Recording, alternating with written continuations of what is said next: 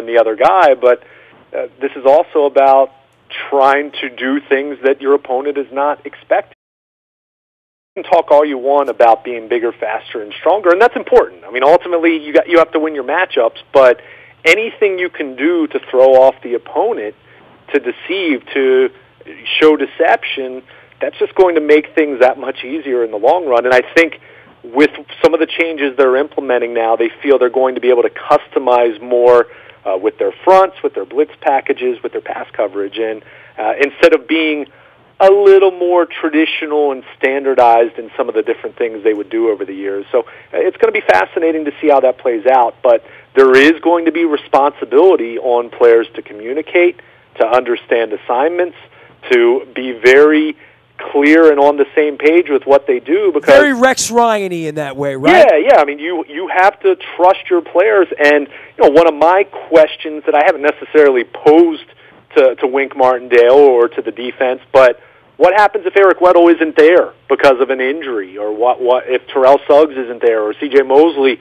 turns his ankle in the third quarter? How do those things change if you're putting so much responsibility on players, and more specifically your veteran players? So it's going to be fascinating, and I think the Ravens are really excited about what that defense could look like in comparison to where it was last year, which, face it, they played at a really high level for long stretches of last season, but as we know, crunch time, getting stops late in games, they seem to fall short. And there were, the Jacksonville day, the London day. There were some days where things didn't go well, right? Sure. And one play cost you because Weddle gambles or whomever gambles. That there's all of that, but then there's also this part of the continuity and the part of the good health and the part of the veteranness of Weddle and Suggs and Smith and some of these guys.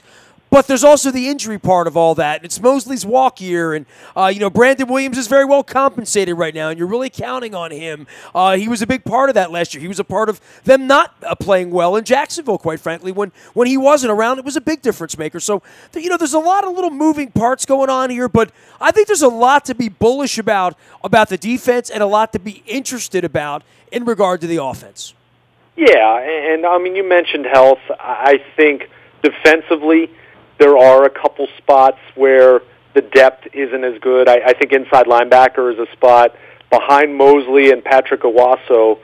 Bam Bradley's still on the PUP list, who, remember, he was the undrafted free agent who made the team last year. And by talking to people in the organization, there were some people who thought that he was really going to start pushing Owasso for that other starting inside linebacker spot, which speaks to not necessarily having an established guy there, but also speaks to what kind of player he was last year before the injury. So he's not back. Doesn't sound like his return's imminent. Albert McClellan is back on the practice field and can play inside linebacker, but he's coming off of an ACL. So I think that inside linebacker spot next to Mosley is something to watch, especially if the fourth-round rookie Kenny Young isn't developing as rapidly as they'd like to see, which I'm not saying he hasn't, but time will tell over these next few weeks. So that's a position. And a safety behind Weddle and Tony Jefferson.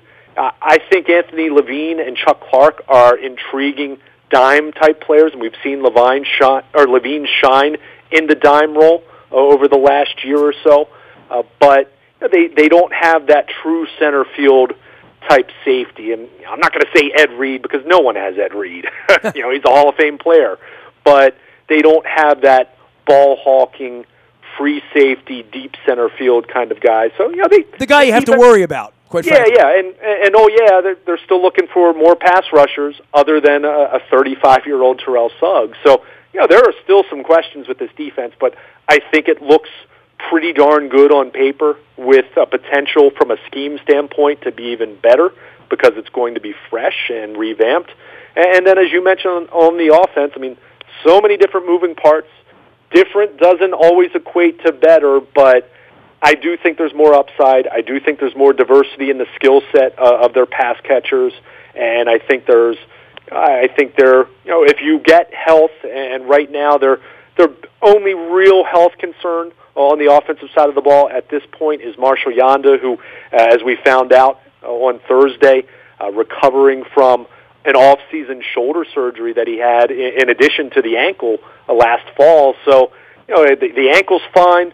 His shoulder should be fine for him to be back well in time for the start of the season. But, as we mentioned with the offensive line, new center, right tackle, whether it's Skura, whether it's Orlando Brown Jr. or James Hurst at right tackle, you'd like to have your best offensive lineman on the field so you could build some of that cohesion when you can start to gel a little bit more quickly. So they do have that, but beyond that, on both sides of the ball, they have to stay healthy. And you think back to where they were a year ago already at this point, where you're talking the first week of training camp.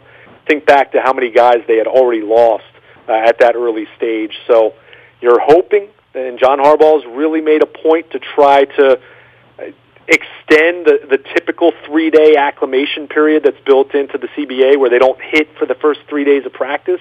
He's trying to extend that and has even talked about a desire to see the league do that in general.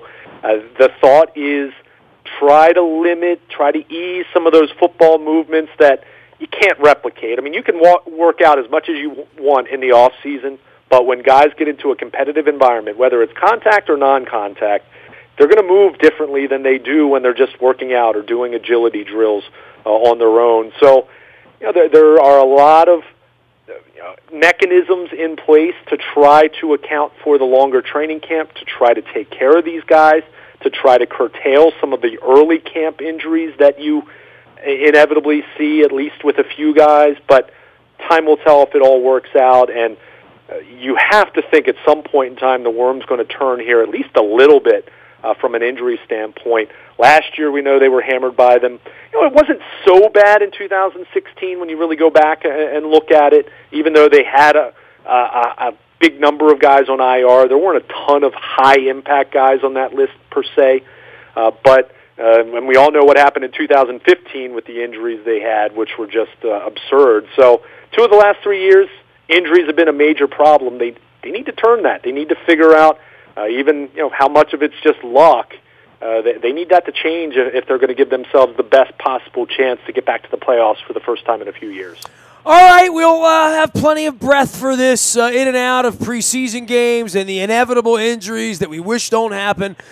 We'll be out in the bayou, Toyota.com audio vault 24 hours a day from anywhere in the world on your mobile device. You can listen live on AM 1570 or watch our video cast on Facebook Live as well as our YouTube WNSTV channel. I'm on Facebook, Twitter, LinkedIn, Snapchat, Instagram, streaming live. And, of course, our morning newspaper ships to your email inbox each and every morning. It's all brought to you by Planet Fitness and PlanetFitness.com, where it's still $10 a month to get in the best shape of your life, guaranteed. Also, the Maryland Jockey Club and the Laurel entries in our morning newspaper each and every morning, as well as on the front of WNST.net. If there is any breaking news, the Orioles make deals, the Ravens sustain injuries, or anything weird that were to happen, you get it first there on the WNST Tech Service. It's all brought to you by Coons Ford of Security Boulevard. Dennis is here on Thursday from 3 until 5 with the SSV on WNST. I am Nestor. I am a very available individual as my Dear Orioles series continues with Adam Jones and later on to Dan Duquette and Buck Showalter as the trading season continues at 40 games below 500.